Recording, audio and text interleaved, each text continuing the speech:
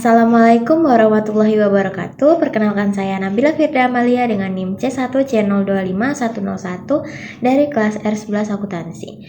Yang saya hormati Bapak Dr. Wirmi Eka Putra, SE MSI dan Ibu Nyimas Dian Maisaro, SE MSAK selaku dosen pengampu mata kuliah perpajakan. Di pertemuan ke-6 ini saya akan membahas materi tentang SPT dan juga SSP. Langsung kita mulai kepada materinya. Yang pertama ada SPT atau kepanjangan dari surat pemberitahuan. Pengertiannya, SPT adalah surat yang digunakan oleh wajib pajak untuk melaporkan perhitungan dan pembayaran pajak. Di dalamnya juga terdapat informasi penghasilan, harta, serta kewajiban.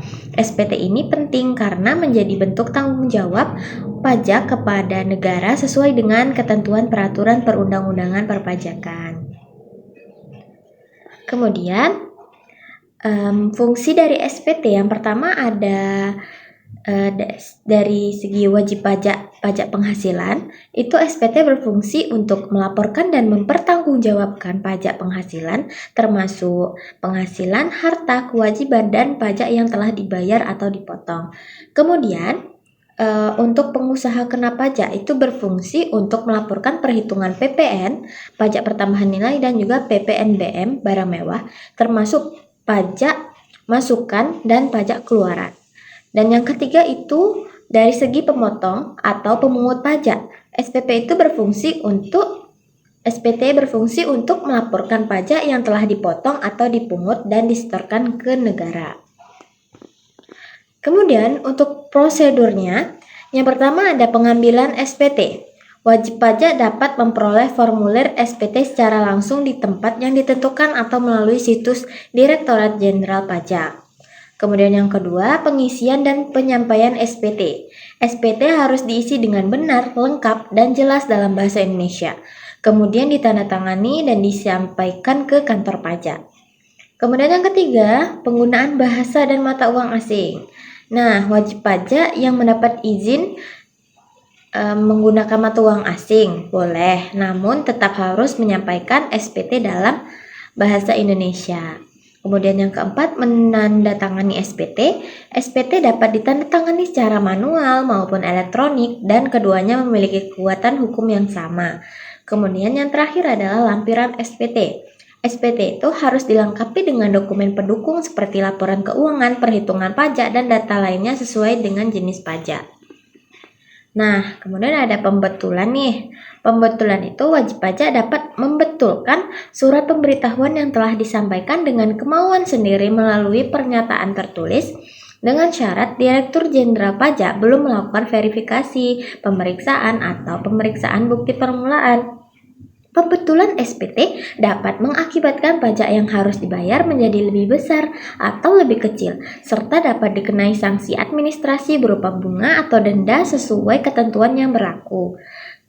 Artinya itu jika wajib pajak merasa ada kesalahan dalam SPT, maka bisa diperbaiki selama belum diperiksa oleh pihak pajak. Namun jika setelah diperbaiki ternyata pajaknya kurang bayar, maka akan dikenakan sanksi seperti bunga atau denda. Misalnya, wajib pajak lupa memasukkan sebagian penghasilannya nih, lalu membetulkan SPT dan membayar kekurangan pajak beserta sanksinya tadi.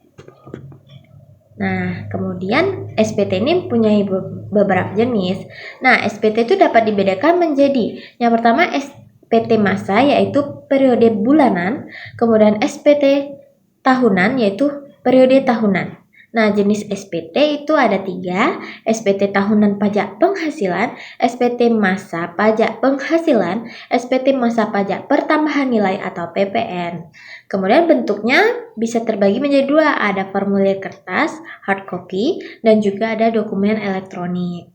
Nah, untuk batas waktunya, SPT masa ya yang pertama, yang periode bulanan itu disampaikan paling lama 20 hari setelah akhir masa pajak. Khususnya SPT masa PPN paling lama itu akhir bulan berikutnya.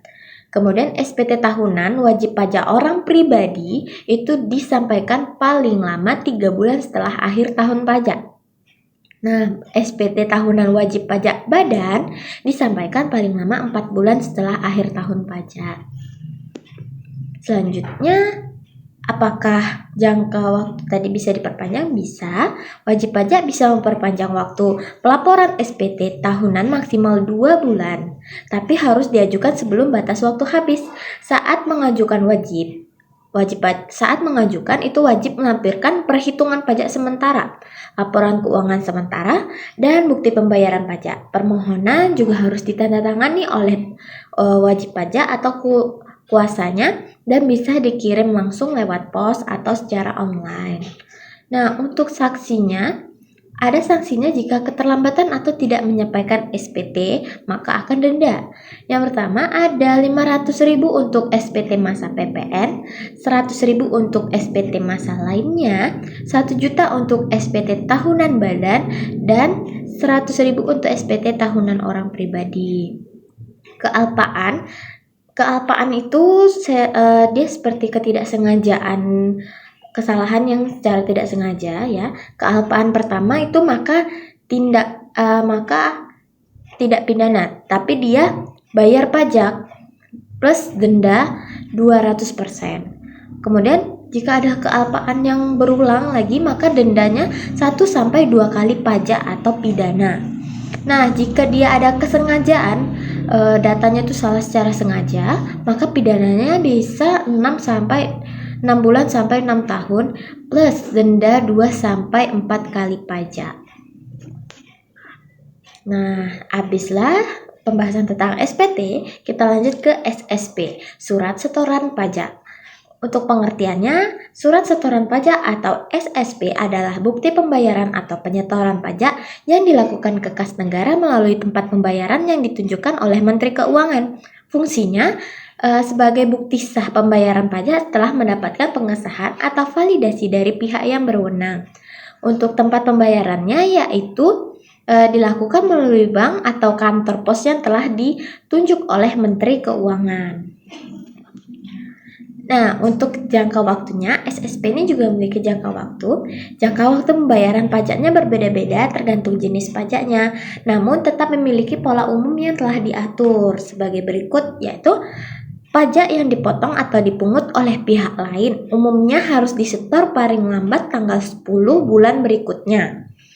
Kemudian pajak yang dibayar sendiri oleh wajib pajak biasanya disetor paling lambat tanggal 15 bulan berikutnya. Pajak pertambahan nilai (PPN) disetor paling lambat akhir bulan berikutnya setelah masa pajak berakhir. Pajak yang timbul dari surat ketetapan pajak wajib dilunasi dalam jangka waktu paling lama 1 bulan sejak diterbitkan. Kekurangan pembayaran pajak dalam SPT tahunan harus dibayar sebelum SPT disampaikan. Kemudian, keterlambatan pembayaran pajak akan dikenakan sanksi bunga sebesar 2% per bulan. Nah, itu adalah jangka waktunya. Kemudian, jika kita menunda atau mengangsur gitu, kita juga diperbolehkan. Caranya, wajib pajak dapat mengajukan permohonan secara tertulis untuk menunda atau mengangsur pembayaran pajak kepada Direktur Jenderal Pajak atas pajak yang masih harus dibayar. Permohonan diajukan paling lama 9 hari kerja sebelum jatuh tempo disertai alasan serta bukti yang mendukung. Dalam pengajuan tersebut, wajib pajak itu wajib memberikan jaminan seperti garansi bank, sertifikat tanah, atau bukti kepemilikan lainnya. Jika permohonan itu diajukan setelah batas waktu, maka wajib disertai jaminan berupa garansi bank sebesar utang pajaknya. Direktur Jenderal Pajak akan memberikan keputusan berupa menerima sebagian atau menolak permohonan tersebut. Keputusan itu diberikan paling lama 7 hari kerja setelah permohonannya diterima. Jika dalam 7 hari itu belum ada keputusan, maka permohonan dianggap disetujui secara otomatis. Setelah itu, keputusan persetujuan harus diterbitkan paling lama 5 hari kerja. Nah, seperti itu cara mengangsurnya. Baik, kesimpulannya adalah surat pemberitahuan SPT dan surat setoran pajak SSP merupakan 2 instrumen penting dalam sistem administrasi perpajakan di Indonesia yang saling berkaitan, di mana SPT itu berfungsi sebagai sarana pelaporan dan pertanggungjawaban perhitungan serta pembayaran pajak oleh wajib pajak, sedangkan SSP menjadi bukti sah atas penyetoran pajak ke kas negara. SPT mencakup pengertian, fungsi bagi berbagai pihak, prosedur pengisian, jenis, batasan waktu penyampaian, hingga sanksi atas pelanggaran. Sementara SSP mengatur mekanisme pembayaran pajak, tempat penyetoran, jangka waktu pembayaran, serta kemungkinan penundaan atau pengangsuran kewajiban pajak. Keduanya itu menuntut kepatuhan, tepat waktu, dan juga kejujuran wajib pajak dalam memenuhi kewajiban perpajakan. Karena setiap keterlambatan, kesalahan, atau pelanggaran dalam menimbulkan sanksi administratif hingga pidana, sehingga peran SPT dan juga SSP itu sangat krusial dalam mendukung penerimaan negara dan terciptanya sistem perpajakan yang tertib dan juga efektif. Baik, sampai di sini saya ucapkan terima kasih. Mohon maaf apabila ada kesalahan kata. Wassalamualaikum warahmatullahi wabarakatuh.